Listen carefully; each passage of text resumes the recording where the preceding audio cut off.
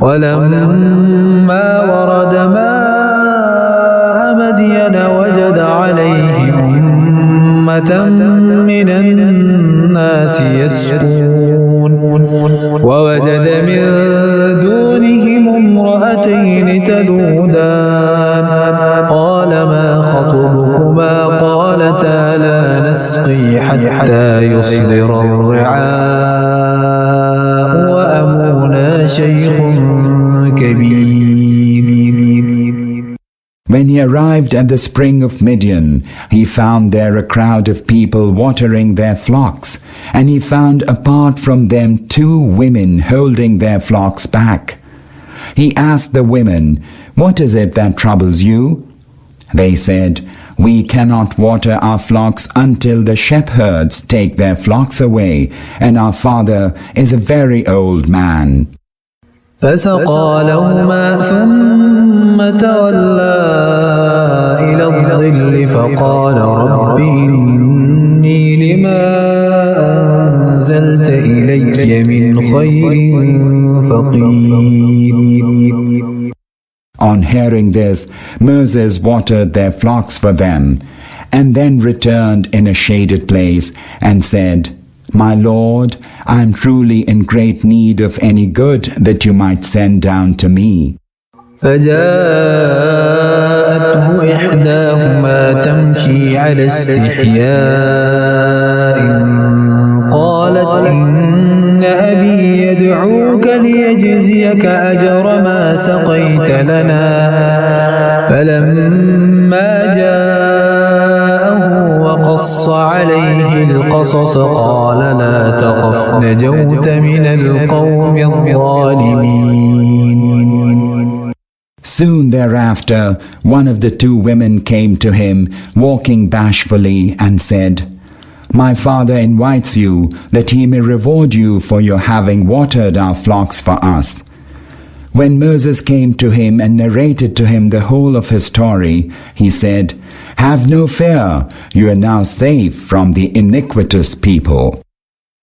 قالت إحداهما يا أبت استأجره إن خير من استأجرت القوي الأمين.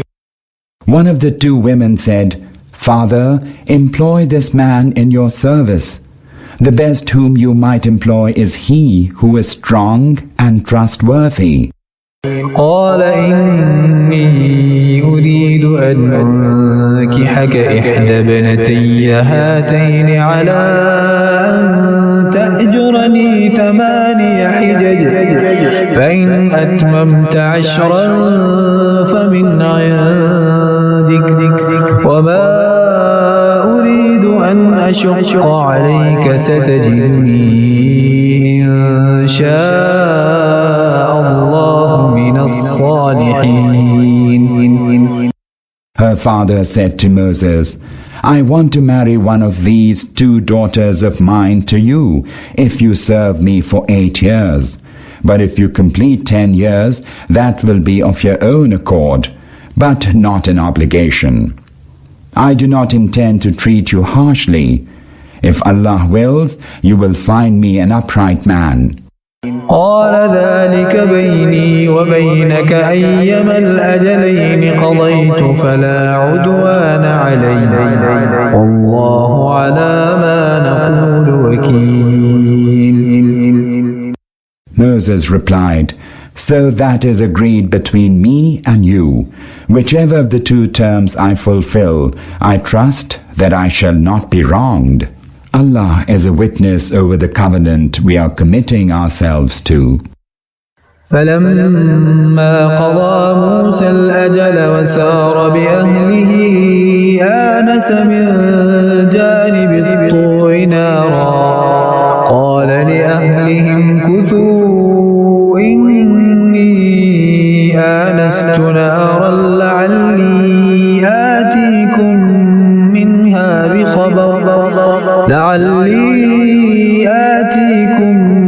منها بخبر أو جذوة من النار لعلكم تصطلون.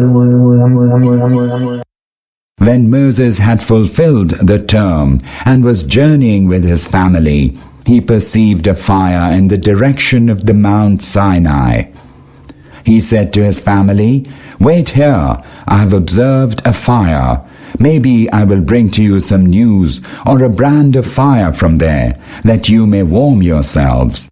فلما أتاها نودي من شاطئ الوادي الأيمن في البقعة المباركة من الشجرة أن يا موسى في البقعة المباركة من الشجرة أن يا موسى إني أنا الله يا موسى إني أنا الله رب العالمين.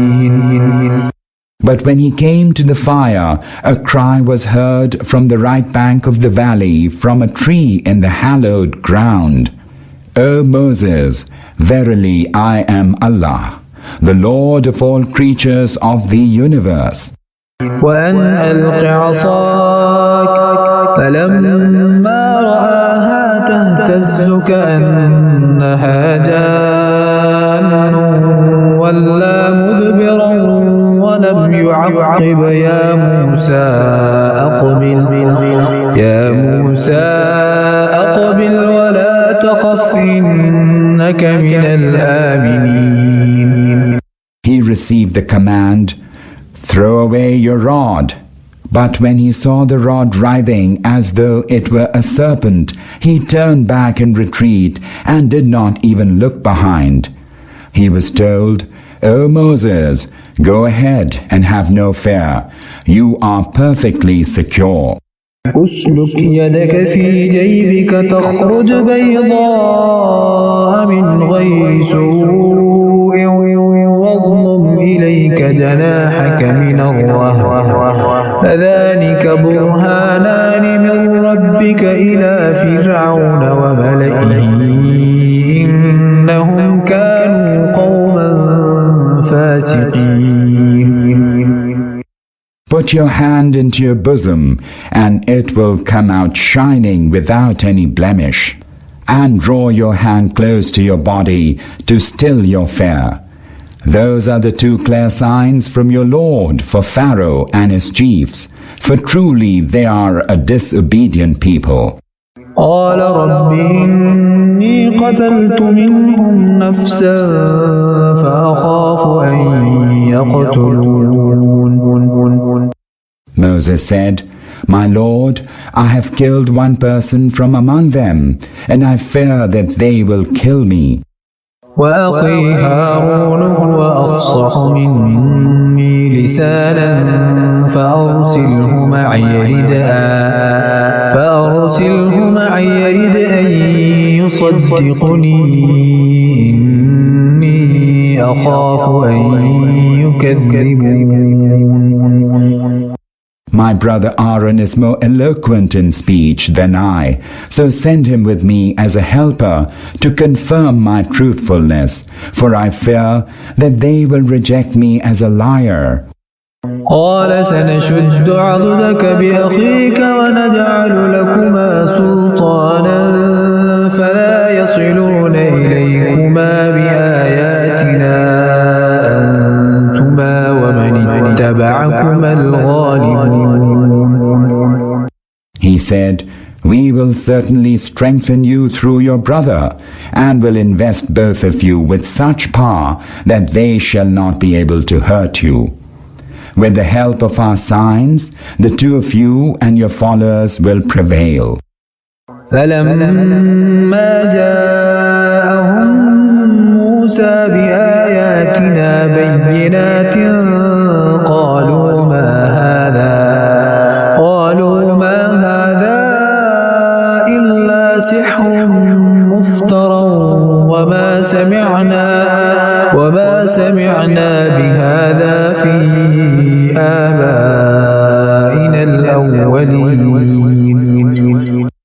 But when Moses came to them with our clear signs, they said, "This is nothing but a magic that has been contrived. We never heard anything like it from our ancestors of yore. وقال موسى ربي أعلم بمن جاء بالهدى من عنده ومن تكون له عاقبة الدار إنه لا يفلح الظالمون. Moses replied, My Lord knows best who comes with guidance from him, and also whose end will be the best in the hereafter. As for the wrongdoers, they shall not prosper.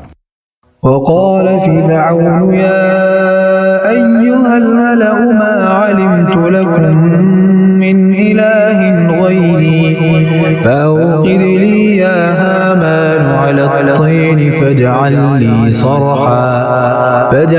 لي صرحا لعلي أطلع إلى إله موسى وإني لأظنه من الكاذبين. Pharaoh said, O nobles, I do not know that you have any god beside myself. Haman, bake bricks out of clay and build a lofty palace for me so that I may mount up and be able to observe the God of Moses, even though I believe that Moses is a liar. واستكبر هو وجنوده في الأرض بغير الحق وظنوا أنهم إلينا لا يرجعون. And he and his hosts waxed arrogant in the land without any right, believing that they will never have to return to us. فأخذناه وجنوده فنبذناهم في اليم فانظر كيف كان عاقبة الظالمين. Eventually we seized him and his hosts and we flung them into the sea. So do see the end of the wrongdoers. وجعلناهم أئمة يدعون إلى النار ويوم القيامة لا ينصرون. And we made them leaders who invite people to the fire. On the day of judgment they shall not find help from any quarter. وأتبعناهم في هذه الدنيا لعنة ويوم القيامة من المقبوحين.